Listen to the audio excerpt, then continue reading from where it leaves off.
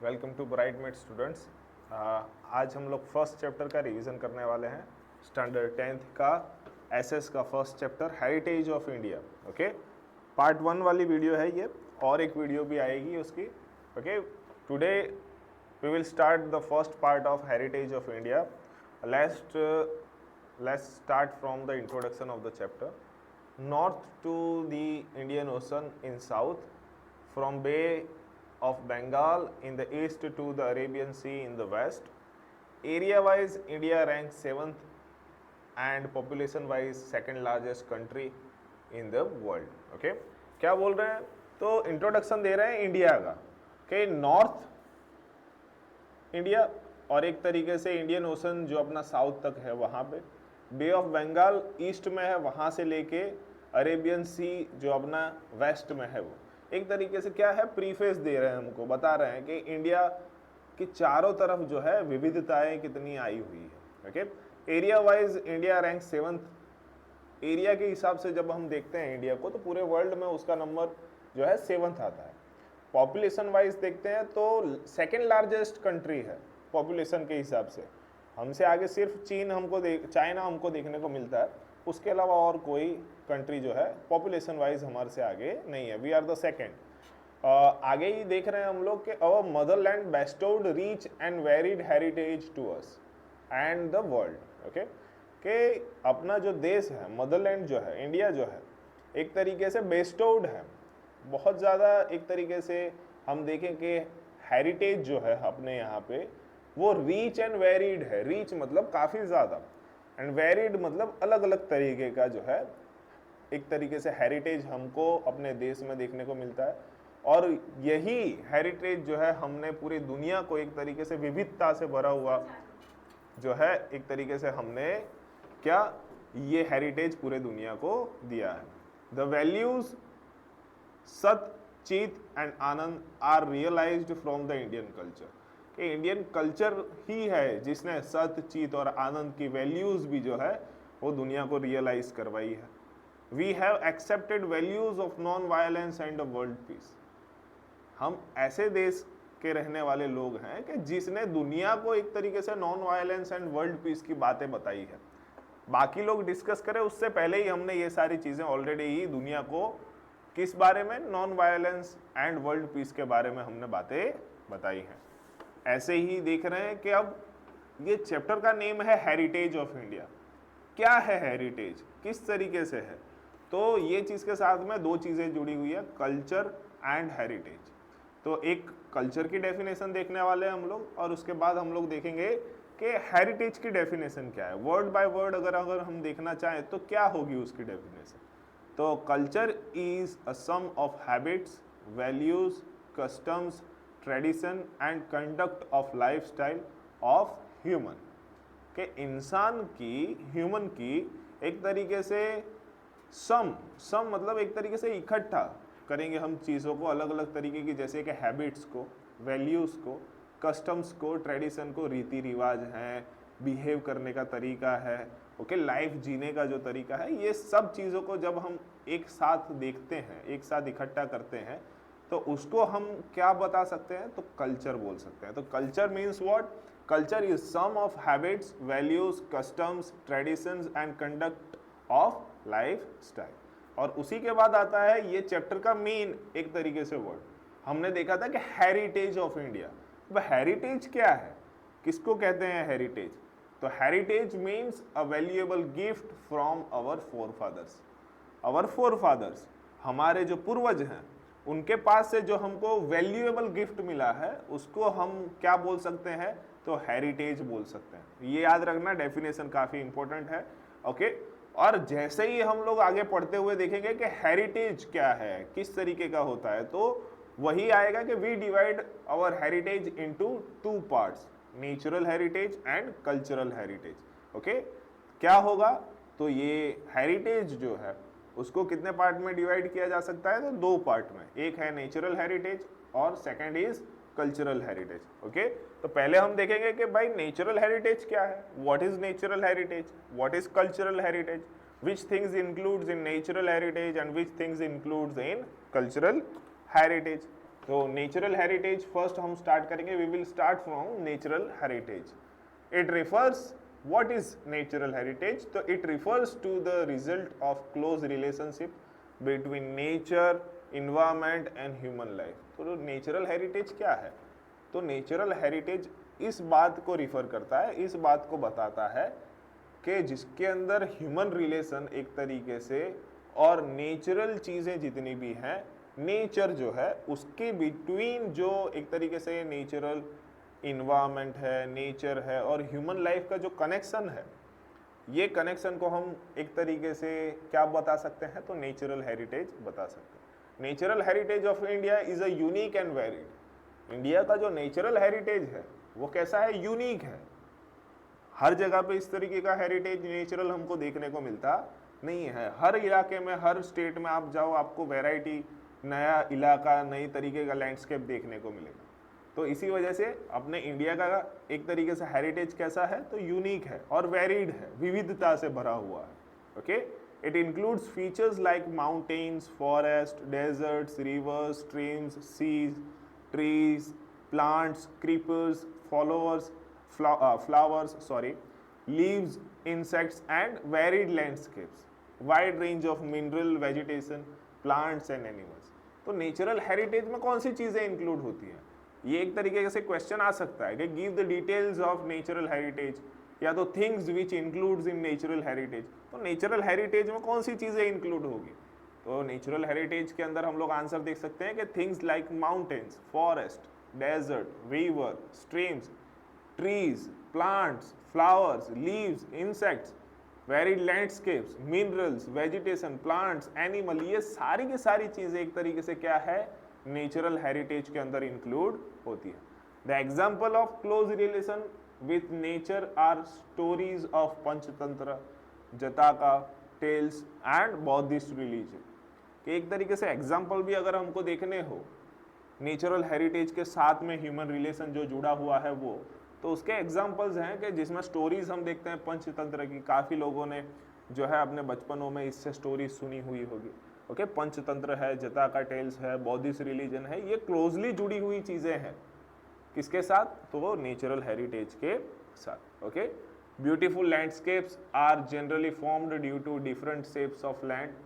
For example Himalaya, एक example के तौर पे हम समझे तो ब्यूटीफुल अलग अलग अच्छे तरीके के एक तो जो है खूबसूरत लैंडस्केप्स भी जो है, जगह भी जो है हमको देखने को मिलती है जो डिफरेंट शेप्स से बनी हुई है. एक एग्जांपल के तौर पे ले तो हिमालय बहुत ही अद्भुत एक तरीके से नेचुरल हेरिटेज का वो एग्जांपल है. ओके, और क्या है? और कौन सी चीज़ को हम नेचुरल हेरिटेज में गिन सकते हैं? तो rivers have been providing natural ways since ancient time. Indian culture has flourished on the rivers banks of the Indus and Ravi. पहले के समय से ही रिवर्स एक तरीके से इंडिया के नेचुरल हेरिटेज को और इंडिया के कल्चरल हेरिटेज को भी एक तरीके से बोल सकते हैं हम लोग, आगे बढ़ाने के लिए बहुत ही हेल्पफुल रही है.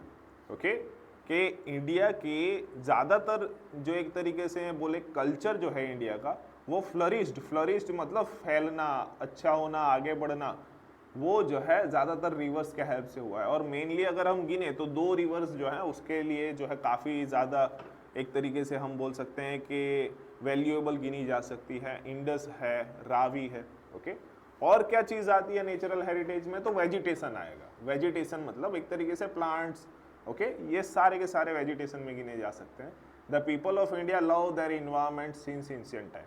पहले के समय से ही इंडिया के लोग एक तरीके से अपने इन्वायरमेंट को, अपने आसपास का जो नेचुरल इन्वायरमेंट है उसको बहुत ही पसंद करते हुए आ रहे हैं और उसी के अकॉर्डिंग अपनी लाइफ भी वो बनाते हुए हमको देखने को मिलते हैं. Trees such as banyan, peepal, basil are worshipped in India. इतना ज़्यादा कि वेजिटेशन को तो हम यहाँ पे वर्शिप भी करते हैं, पूजा करते हैं. ओके, बहुत ही पवित्र मानते हैं. जैसे कि बनियन ट्री है, ओके, पीपल का पेड़ है, बेसिल है, ये यहाँ तक कि इंडिया में वर्शिप भी किया जाता है, पूजा भी जाता है. ओके, आगे देखते हैं. तो वाइल्ड लाइफ मतलब ये जितने भी एनिमल्स हैं, ओके, इंसेक्ट्स हैं, ये सब के सब. Our religious belief has given a status of god goddesses riding on some of the wild animals like tigers, alligators, eagles, peacock etcetera.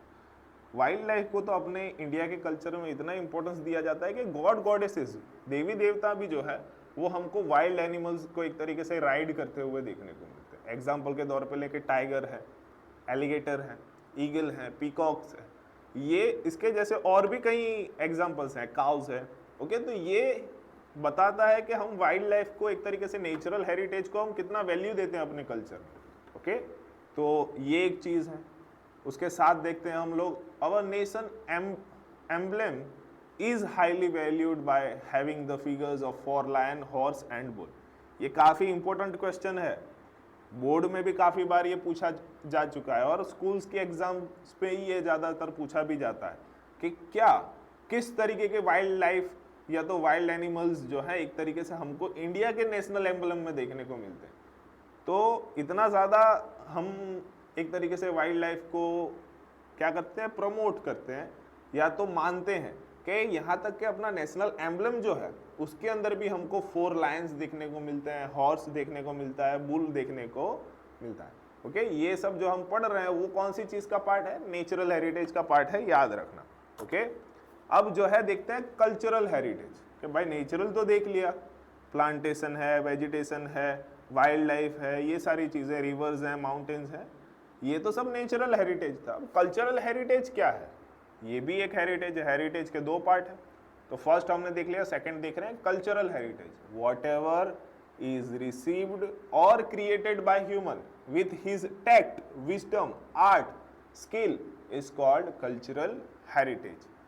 It is a man made heritage. याद रखना क्या है cultural heritage, क्या है, जो भी इंसान ने रिसीव करके एक तरीके से क्रिएट किया है अपने टैक्ट से, अपने विजडम से, विजडम मतलब अपनी बुद्धि शक्ति से, अपने एक तरीके से स्किल्स से, अपने एक्सपीरियंस से।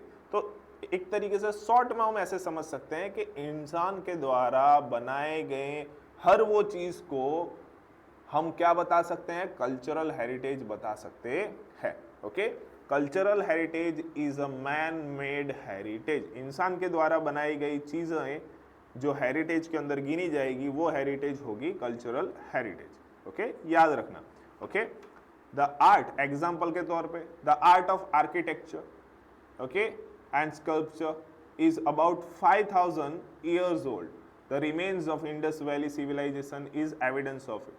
एक एविडेंस के तौर पे हम देखें कि इंडिया का कल्चरल हेरिटेज कितना पुराना है, कितना इंपॉर्टेंट है, तो इंडस वैली सिविलाइजेशन से हम लोग देख सकते हैं कि जो हमको 5000 साल पहले देखने को मिलती, कि जिसके अंदर इंडिया के बेस्ट फाइनेस्ट ऐसे कि आज भी कई दुनिया में हम जो है देश देख रहे हैं उनके पास ऐसी फैसिलिटीज़ नहीं है जैसी हमारे देश में 5000 साल पहले हमको इंडस वैली सिविलाइजेशन के अंदर जो है हमको देखने को मिली। एक तरीके से हम सिंपल ये बात कल्चरल हेरिटेज का मीनिंग याद रख सकते हैं कि इंसान की बुद्धि क्षमता, बुद्धिशीलता, स्किल्स के द्वारा जो उसने बनाया है, क्या किया है, क्रिएट किया है उसको, और जो आगे जो लोग क्रिएट करके गए और हमारे पास जो है रिसीव हुआ है उसको हम क्या बोलेंगे, कल्चरल हेरिटेज बोलेंगे। एग्जाम्पल के तौर पे एक और चीज़ हम लोग ले रहे हैं, figures of bullock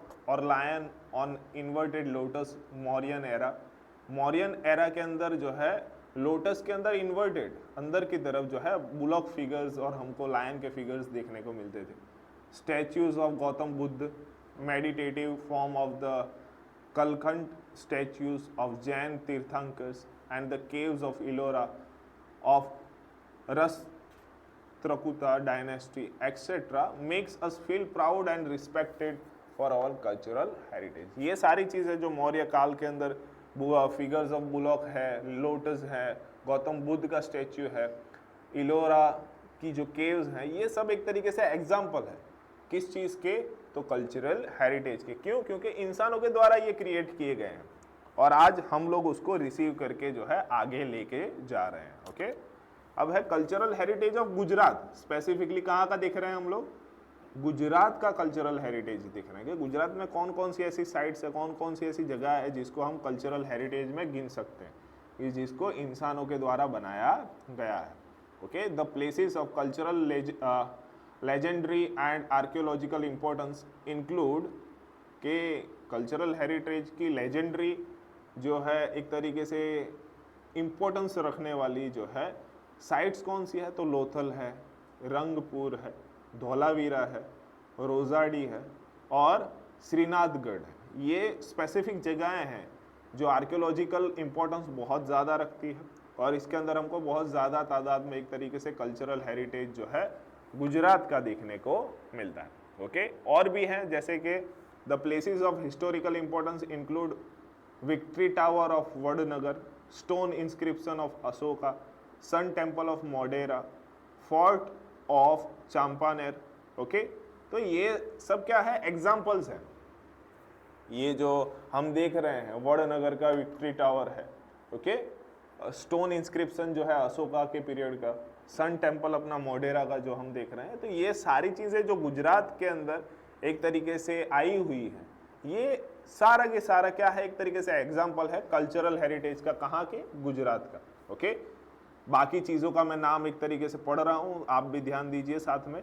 Jama Masjid है, झुलता मीनार है, सीदी सैयदनी जाली है, ओके, ग्रिल जाली मीन्स, टेम्पल्स ऑफ हाथी सिंह, जैन टेम्पल्स एट अहमदाबाद है, और भी सारी चीज़ें हैं, रान की वाव है, और उसी के देखेंगे राजा महाई ऑफ वडोदरा है, टॉम ऑफ मोहब्बत खान है, पारसी अगियारी है एट नवसारी।